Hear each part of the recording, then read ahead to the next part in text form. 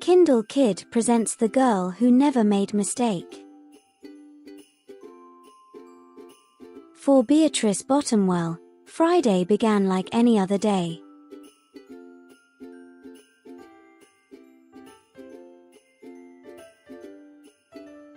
She matched her socks. And, of course, she put her shoes on their proper feet. She remembered to feed her hamster, Humbert, his favorite food, broccoli. And when she made a sandwich for her brother Carl's lunch, she used exactly the same amount of peanut butter as jelly. When she stepped outside to greet her fans, she didn't forget to say good morning and thank you. They asked if she made her bed. She had. They asked if she forgot to do her math homework. Nope. What about tonight's talent show? They asked. I'm ready, said Beatrice with a smile. After all, her juggling act had won 3 years in a row. Most people in town didn't even know Beatrice's name. They just called her the girl who never makes mistakes. Because for as long as anyone could remember, she never did. Like Beatrice, Carl made lots of mistakes. He ate his crayons and drew with his green beans. He danced with his hands and played the piano with his feet. Carl loved to make mistakes. At school, Beatrice was on a cooking team with her 2 best friends, Millie and Sarah. To make their giant rhubarb muffins, they needed 4 eggs. Beatrice went to the refrigerator and carefully chose the biggest, eggiest eggs she could find. But on the way back, her legs slipped out from under her. The eggs went flying. Beatrice was about to make her first mistake. But she didn't. That was close, thought Beatrice. Sorry Beatrice, I dropped a piece of rhubarb. Auntie. Entie on it. Illy. For the rest of the school day, Beatrice could not stop thinking about her almost mistake. On her way home from school, Beatrice watched Millie and Sarah ice skating in the park. Come join us, said Millie. It's fun, said Sarah. Beatrice watched them slip and slide on the frozen pond. Millie and Sarah laughed as they wobbled on the ice. No, thanks, said Beatrice. At supper, Beatrice barely touched her food. Is everything all right, kiddo? Asked her father. I'm worried I'll mess up tonight, said Beatrice. And everyone will be watching. Worry? You don't make mistakes, he said with a smile. Beatrice tried to smile too. After supper, Beatrice got ready for the talent show. First, she woke Humbert from his nap. Next, she got the salt shaker from the kitchen table. Finally, she filled a balloon with water.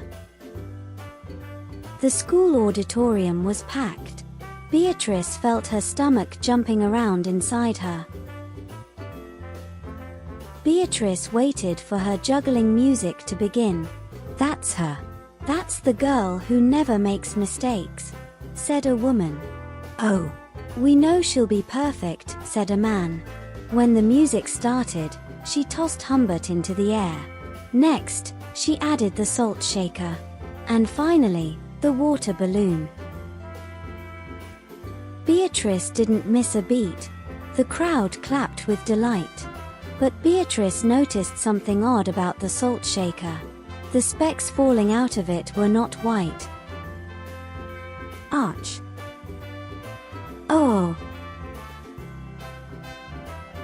Humbert was so surprised by his sneeze that he grabbed the water balloon with his claws. Kablooey!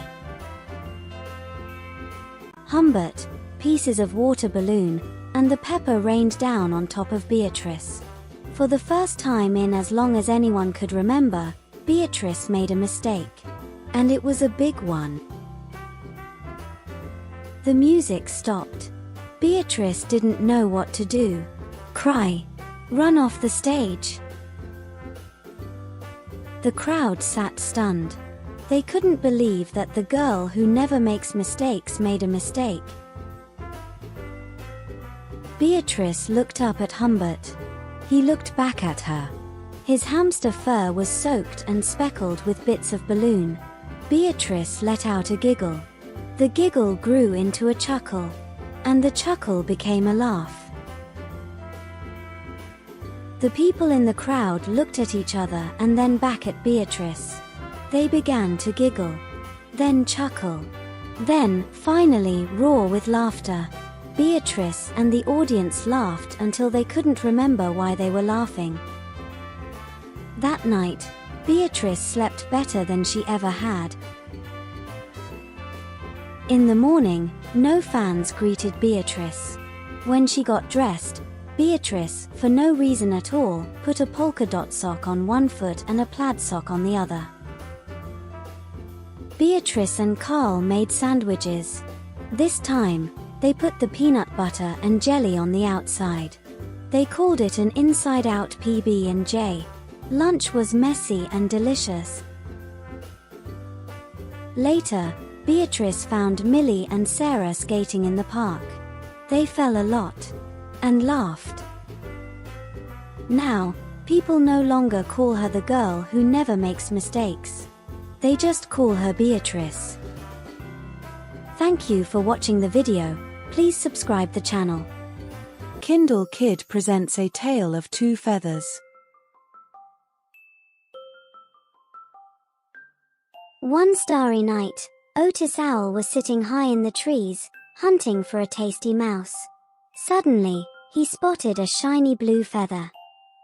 "I've never seen this sort of feather before," he thought. "I wonder who it belongs to." He asked his friend, Navila Nightjar, "Have you seen any birds with feathers like this?" "I've never seen this sort of feather before," said Navila.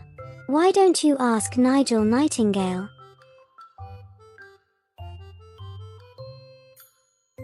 Otis took the feather to his friend, Nigel Nightingale. "Have you seen any birds with feathers like this?"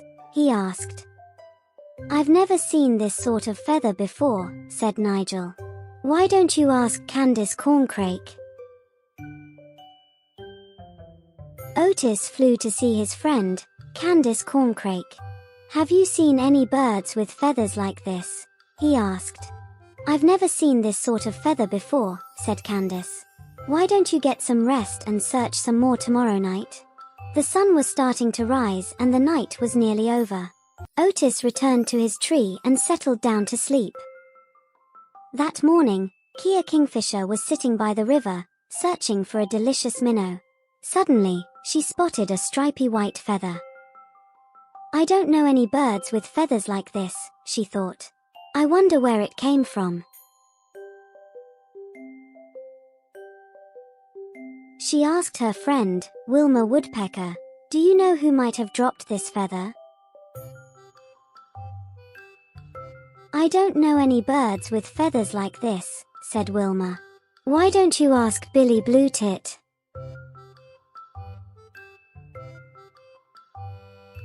Kia took the white feather to her friend, Billy Bluetit. "Do you know who might have dropped this feather?" she asked. "I don't know any birds with feathers like this," said Billy. "Why don't you ask Bertie Bullfinch?" Kia flew to see her friend, Bertie Bullfinch. "Do you know who might have dropped this feather?" she asked. "I don't know any birds with feathers like this," said Bertie. "Why don't you get some rest and search some more?" In the morning, the sun had begun to set and the day was nearly over. Exhausted, Kia settled down on a branch to rest. The sun disappeared and the forest became dark. Otis woke up, ready for another night of searching for the mysterious bird. He stepped out of his nest and was met by the most unusual sight. Right in front of his beak, sitting on his very own branch, was a bird with shiny blue feathers. It's you. Otis hooted. What? Who? Shrieked Kia. She stared at the bird that had interrupted her sleep. It was a bird with stripy white feathers. Oh, it's you. I've been looking everywhere for you, the two birds said at the same time. What are you doing out at night? Asked Kia. Well, this is when I am awake, said Otis, confused. Awake at night, said Kia. But then what do you do during the day? Well, I sleep, of course, said Otis. Suddenly, the mystery was solved. This was why they had never met before. Otis had always thought that everyone slept during the day, while Kia had not realized that some animals only come out at night. Come on, said Otis. Let me show you my world. The two new friends flew through the forest, feeling very glad to have finally found each other. Wow, gasped Kia. Everything looks so different at night time. I can't wait to see what it looks like in the daylight, said Otis. Let's meet again tomorrow, suggested Kia, and I can show you my world. Kindle Kid presents Little Red Riding Hood.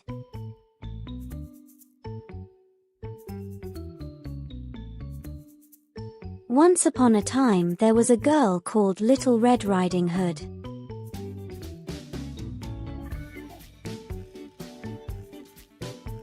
She lived with her mother in a village near a forest.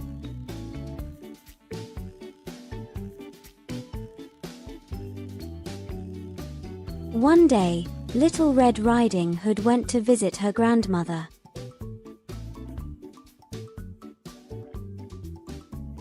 She took a basket of food with her. On her way, Little Red Riding Hood met a wolf.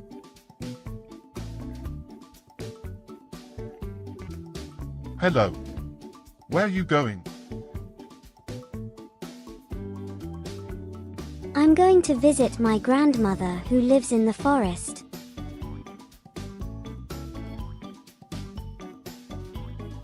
The wolf ran to her grandmother's house. He went inside and locked her in the wardrobe. He put on her nightgown and got into her bed.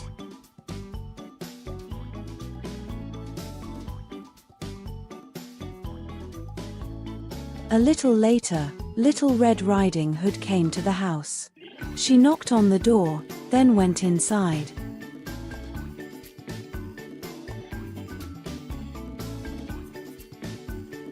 Little Red Riding Hood went over to grandmother's bed.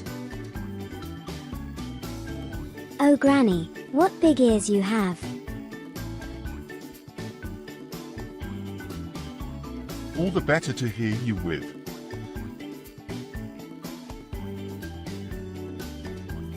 Oh Granny, what big eyes you have. All the better to see you with.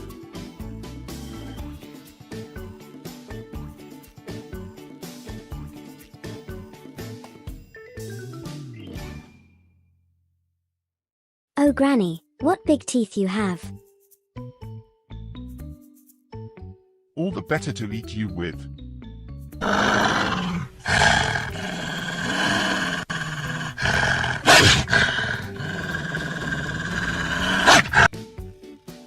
Help! Shouted Little Red Riding Hood as she realized that there was a wolf in her grandmother's bed. She ran out of the house.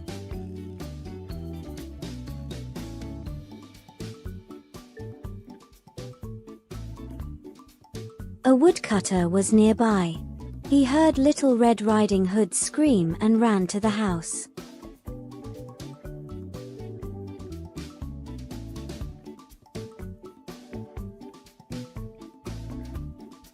The woodcutter hit the wolf over the head.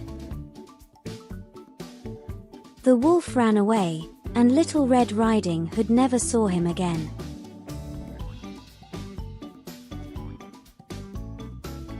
Later, the girl and her grandmother thanked the woodcutter, and the wolf never returned.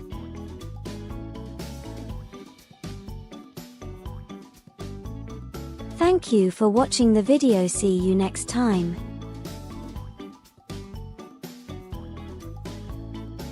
Kindle Kid presents The Boy Who Cried Wolf.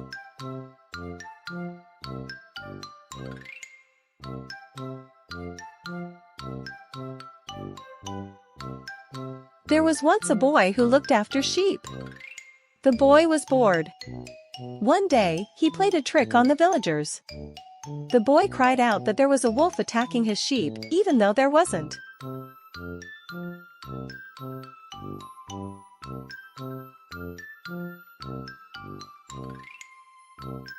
The villagers came up the hill to save the sheep. When they got there was no wolf. The boy laughed at them. "You must not tell lies," said the villagers. They went back to the village.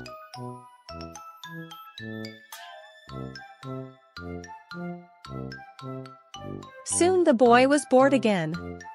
He shouted, "Wolf! Wolf!" The villagers rushed up the hill to save the sheep. When they got there was no wolf again. The boy laughed at them again.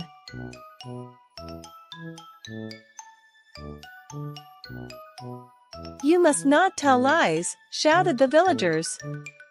They went back down to the village.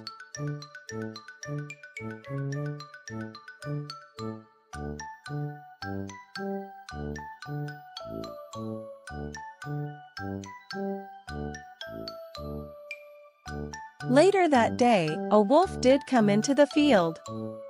The boy shouted and shouted, "Wolf! Wolf!" This time no one came to help, and the wolf ate all of the sheep.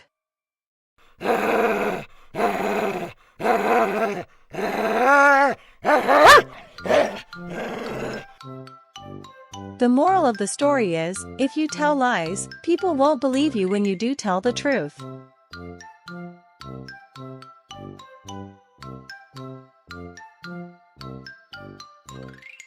Thank you for watching the video. This is end of the story. See you next time.